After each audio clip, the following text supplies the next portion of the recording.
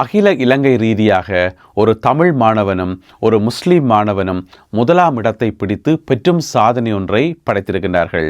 என்னென்னு சொன்னால், காப்போத உயர்தர பரீட்சையினுடைய முடிவுகள் இன்றைக்கு வெளியாகி இருந்தது உங்கள் எல்லாருக்குமே தெரியும். அந்த முடிவுகளினுடைய அடிப்படையில் பார்க்கக்குள்ள எங்களுடைய மாணவர்கள் சும்மா ஒரு கலக்கி இருக்கிறார்கள், பிரித்து மேய்ஞ்சிருக்கிறார்கள் என்று சொல்லலாம். அந்த அடிப்படையில் அகில இலங்கை ரீதியாக கணித பிரிவில் மேத்ஸில் தெய்வேந்திரன் திருக்குமரன் என்கிற மாணவன் நம்பர் 1 வந்திருக்கிறார். அகில இலங்கை ரீதியாக முதலாம் இடத்தை பிடித்திருக்கிறார். இவர் எந்த பள்ளிக்கூடம் என்று கேட்டீங்கன்னு சொன்னால் ஆச்சரியப்படுவீங்கள். கிளிநொச்சி மகாவித்தியாலயம். கிளிநொச்சி மகாவித்தியாலயம் தான் அகில இலங்கை ரீதியாக நம்பர் 1 மேத்ஸில். எனவே இந்த மாணவனுடைய திறமையை பாராட்டி இன்றைக்கு வடமாகாண ஆளுநர் நாகலிங்கம் வேதநாயகன் அவர்கள் நேரடியாகவே சென்று தன்னுடைய வாழ்த்துக்களை தெரிவித்திருக்கின்றார். இந்த மாணவனுக்கு பெருமளவிலான வாழ்த்துக்கள் சமூக வலைத்தளங்களிலும் நேரடியாகவும் குவிந்து வருகின்றன. அதே நேரம் கிளிநொச்சி மகாவித்தியாலயம் இன்னும் சில சாதனைகளையும் படைத்திருக்கிறது. மாவட்ட ரீதியாக பார்த்தீங்கன்னு சொன்னால் பயோ சயின்ஸில் நம்பர் 1 கிளிநொச்சி மகாவித்தியாலயம் தான். அதே போல் கொமர்ஸ்லேயும் நம்பர் 1 கிளிநொச்சி மகாவித்தியாலயம் தான். பயோவில் பார்த்தீங்கன்னு சொன்னால் ஏ கிருஷ்ணன் என்கின்ற மாணவர் முதலாம் இடத்தை பிடித்திருக்கின்றார், 3A ஆஃப்கோர்ஸ். அதே போல் கொமர்ஸில் பார்த்தீங்கன்னு சொன்னால் கே மதுமினா என்கின்ற மாணவி முதலாம் இடத்தை பிடித்திருக்கின்றார். இந்த சாதனைகள் எல்லாமே கிளிநொச்சி மகாவித்தியாலயத்துக்குரிய சாதனைகள். அதே போல அகில இலங்கை ரீதியாக கொமர்ஸில் ஒரு மாணவன் நம்பர் 1 வந்திருக்கிறார், முதலாம் இடத்தை பிடித்திருக்கின்றார். மட்டக்களப்பு மாவட்டத்தில் மட்டக்களப்பு காத்தான்குடி மகாவித்தியாலயத்தைச் சேர்ந்த மாணவன் முகமட் சுபைதீன்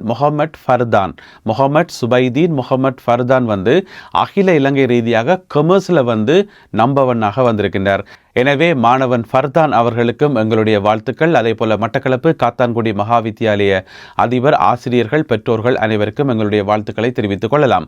அகில இலங்கை ரீதியாக ஒரு பக்கம் மேத்ஸிலையும் இன்னொரு பக்கம் கமர்ஸ்லையும் தமிழ் பேசும் மாணவர்கள், ஒரு தமிழ் மாணவனும் ஒரு முஸ்லீம் மாணவனும் நம்பர் 1 வந்திருப்பது உண்மையில மகிழ்ச்சிக்குரிய விஷயம். எனவே அனைவருக்கும் வாழ்த்துக்கள். அதே போல பாடசாலை ரீதியாக ஒரு சில பாடசாலைகள் மிக பெரும் சாதனைகளை படைத்திருக்கின்றார்கள். அவற்றினுடைய சில விவரங்களை பார்க்கலாம். ஜெஃப்னா ஹிந்து காலேஜ் 64 மாணவர்கள் 3A எடுத்திருக்கிறார்கள். 3 பாடங்களிலும் A எடுத்திருக்கிறார்கள். அதில் அதிக எண்ணிக்கை பார்த்தீங்கன்னு சொன்னால் மேத்ஸில் தான். மேத்ஸில் 42 மாணவர்கள் 3A எடுத்திருக்கிறார்கள். பயோவில் 19 மாணவர்கள் 3A எடுத்திருக்கிறார்கள். கொமர்ஸில் ஒரு மாணவர் 3A எடுத்திருக்கிறார். அதே போல ஆர்ட்ஸில் 2 மாணவர்கள் 3A எடுத்திருக்கிறார்கள். இது ஜெஃப்னா ஹிந்து காலேஜுக்கான சாதனையாகும். அதே போல யாழ்ப்பாணம் ஹார்ட்லி கல்லூரியும் ஒரு அரிய சாதனை ஒன்றை படைத்திருக்கிறார்கள். மாவட்ட ரீதியாக மேத்ஸிலையும் பயோலையும் நம்பர் 1 வந்திருக்கிறார்கள். மேத்ஸில் பார்த்தீங்கன்னு சொன்னால் அனுராகாந்தன் விஸ்வகாந்தன் என்கிற மாணவர் 3A எடுத்திருக்கிறார். 3A எடுத்து மாவட்ட ரீதியாக நம்பர் 1 வந்திருக்கிறார்.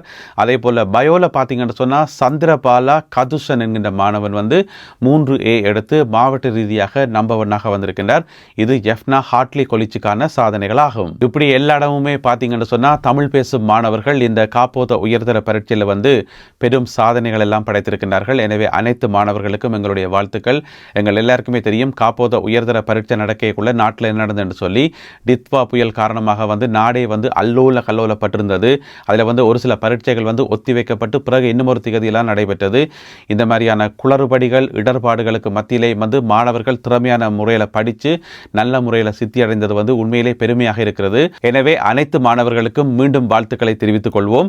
கடின உழைப்பு ஒருபோதுமே வீண் போகாது. அது கட்டாயம் வெற்றியைத்தான் கொண்டு தரும் என்றதுக்கு இது ஒரு நல்ல உதாரணம். அதே நேரம் இன்னும் ஒரு விஷயத்தையும் நான் இதில் சுட்டிக்காட்ட விரும்புகிறேன். என்னென்னு சொன்னால், பொதுவாக தாயகத்திலிருந்து நாங்கள் கேள்விப்படுற செய்திகளை கேட்கங்களுக்கு ஒரே கவலையாக இருக்கும். அங்கே போதைப் பொருள் பாவனை, இளைய தலைமுறை போதை என்ற பாதையில் போகுது. அதுலேயும் பார்த்தீங்கன்னு சொன்னால், இப்போ கிட்டல நாங்கள் கேள்விப்பட்ட செய்தி, பெத்த தாயை காலை பிடிச்சி அமுக்குவாவாம், மற்றவர் கொலை செய்வாராம். இப்போ 2 பேரும் உள்ளுக்குள்ளே இருக்கணும். இந்த மாதிரியான செய்திகளை கேள்விப்படைக்குள்ள எங்களுடைய இளைய சமுதாயம் எதை நோக்கி போகுது?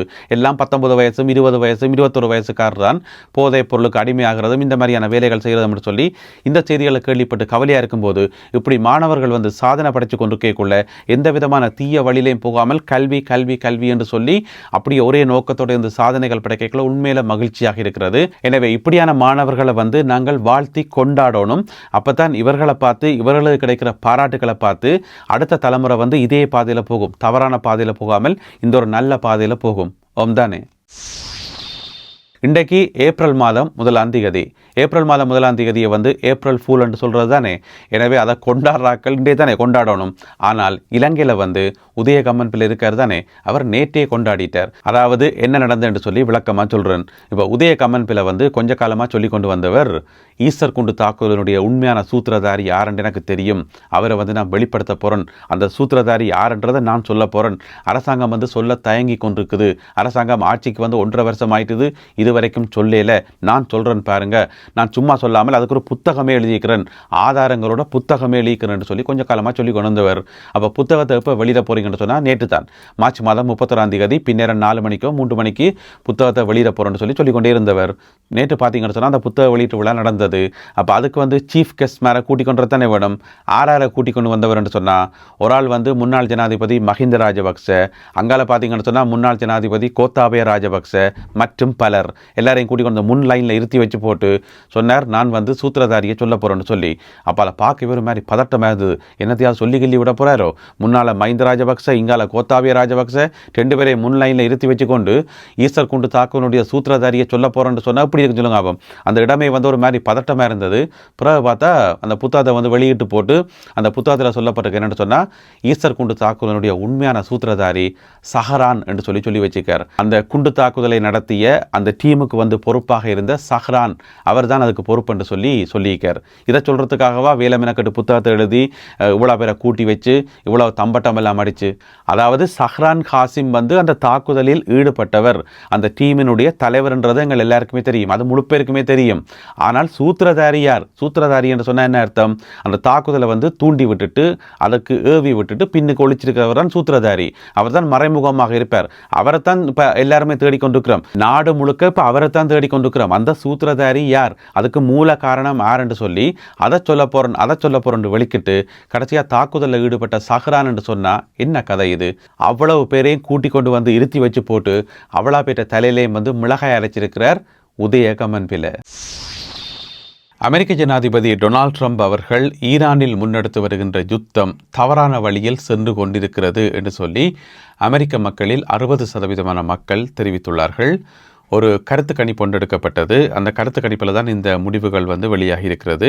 அதில் 60% அமெரிக்க மக்கள் என்ன சொல்லிக்கணும் என்று சொன்னால், டொனால்ட் ட்ரம்ப் அவர்களுக்கு யுத்தம் நடத்தவே தெரியாது, அவர் வந்து தவறான முறையில் வந்து இந்த தாக்குதலில் வந்து ஈடுபட்டிருக்கிறார், இது வந்து எந்த விதமான பிளானும் இல்லாமல் எந்த விதமான திட்டமும் இடாமல் எழுந்தமானமாக நடக்கிற யுத்தம், ஆக மொத்தத்தில் வந்து இவர் அதுக்கு சரிப்பட்டே வர மாட்டார், அதாவது டொனால்ட் ட்ரம்ப் வந்து யுத்தம் நடத்துறதுக்கு சரிப்பட்டே வர மாட்டார் என்று சொல்லி 60% அமெரிக்க மக்கள் தெரிவித்திருக்கின்றார்கள். 14% மக்கள் வந்து ஆதரவு தெரிவித்திருக்கின்றார்கள். இல்லை ஓகே பரவாயில்ல, போராடக்கு நிறைய தாக்குதல் நடத்துகிறார் அப்படி இப்படி என்று சொல்லி 14% மக்கள் சொல்லியிருக்கின்றார்கள்.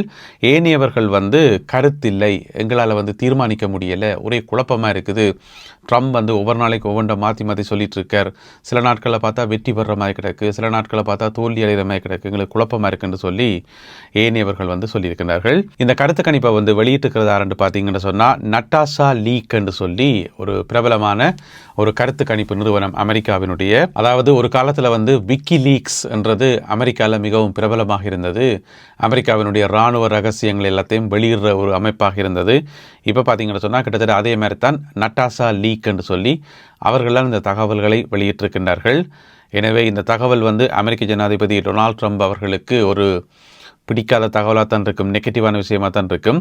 அதே நேரம் பார்த்தீங்கன்னு சொன்னால் உங்களை எல்லாருக்குமே தெரியும், கடந்த வாரம் வந்து அமெரிக்காண்ட பல இடங்களில் வந்து மிகப்பெரிய போராட்டங்கள்லாம் நடந்தது. டொனால்ட் ட்ரம்ப் அவர்களுக்கு எதிராக நோ கிங்ஸ் என்ற பேரில் வந்து பெரிய போராட்டங்கள் எல்லாம் முன்னெடுக்கப்பட்டிருந்தது.